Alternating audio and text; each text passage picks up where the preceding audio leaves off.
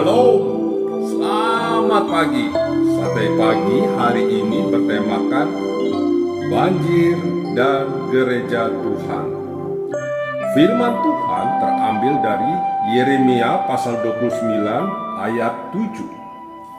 Usahakanlah kesejahteraan kota kemana kamu aku buang, dan berdoalah untuk kota itu kepada Tuhan, sebab kesejahteraannya adalah kesejahteraanmu.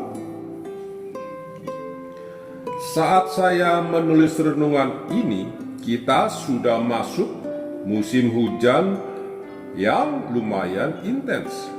Saya sempat khawatir banjir akan terjadi lagi di Kelapa Gading. Saya ingat tahun 2007, banjir besar melanda Kelapa Gading, hanya tinggal 1 cm lagi air masuk ke lantai satu gedung gereja yang sudah sangat tinggi. Memang repot jika terjadi banjir. Minggu sebelumnya, selesai acara di kota Blitar, saya keluar dari kota itu jam 11 siang.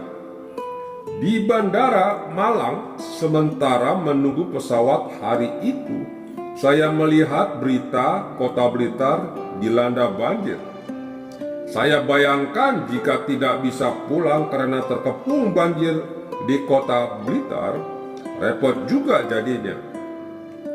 Syukurlah saya keluar dari Blitar tepat pada waktunya.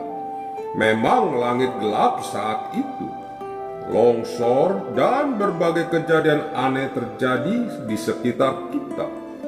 Siapa sangka tembok di pinggir jalan bisa runtuh, menimpa mobil yang lewat. Kita jadi serba khawatir. Apa yang terjadi jika MRT bawah tanah jebol dindingnya karena adanya resapan air akibat banjir? Bisa dibayangkan akibatnya.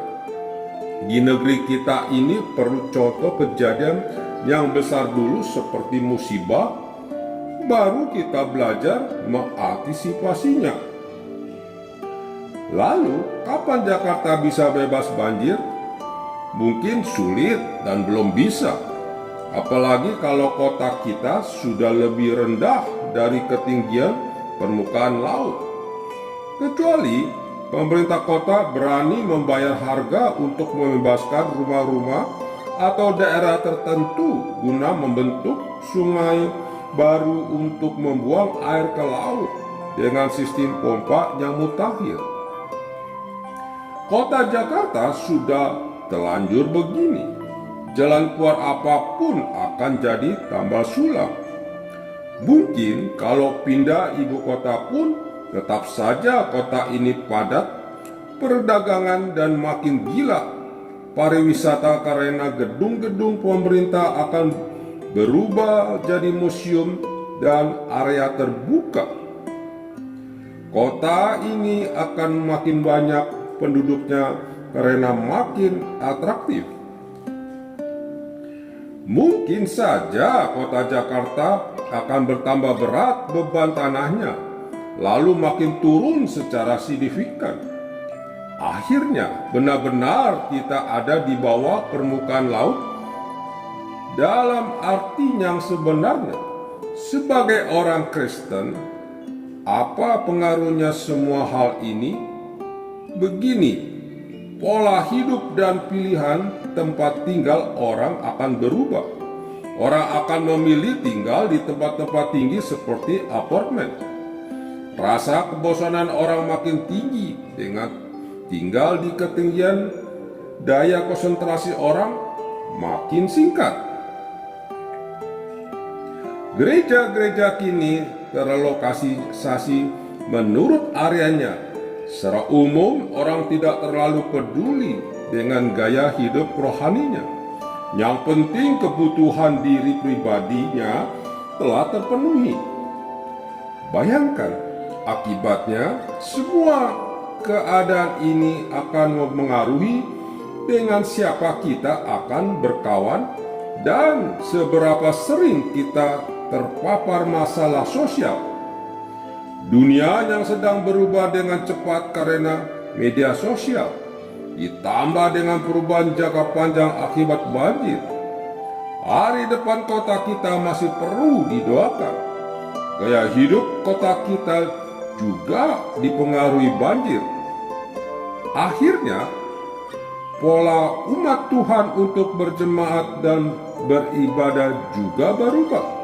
Satu tantangan besar bagi gereja Tuhan. Amin. Mari kita berdoa. Bapa Surgawi, kami berdoa kiranya Engkau memberikan hikmat kepada pemerintah pusat dan daerah untuk peduli kepada perkembangan kota. Di dalam nama Tuhan Yesus kami berdoa. Amin.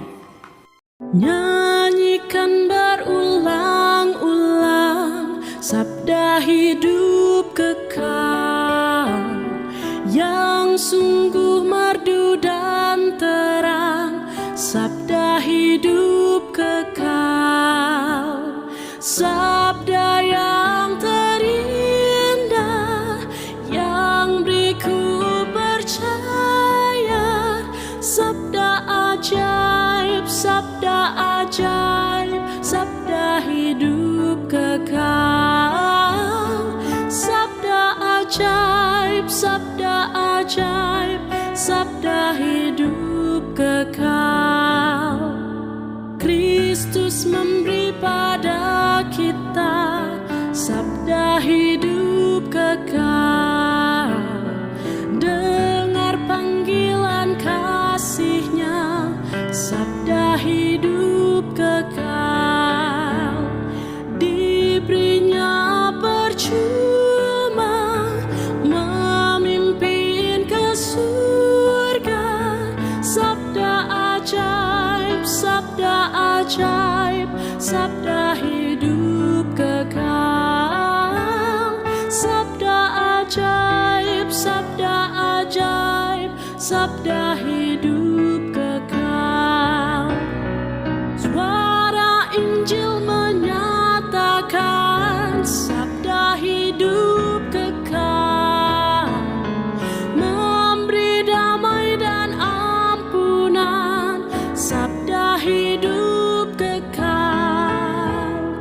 Yesus Juru Selamat mencurahkan rahmat, sabda ajaib, sabda ajaib, sabda hidup kekal, sabda ajaib, sabda ajaib, sabda hidup kekal, sabda ajaib, sabda ajaib, sabda hidup kekal, sabda ajaib, sabda ajaib, sabda hidup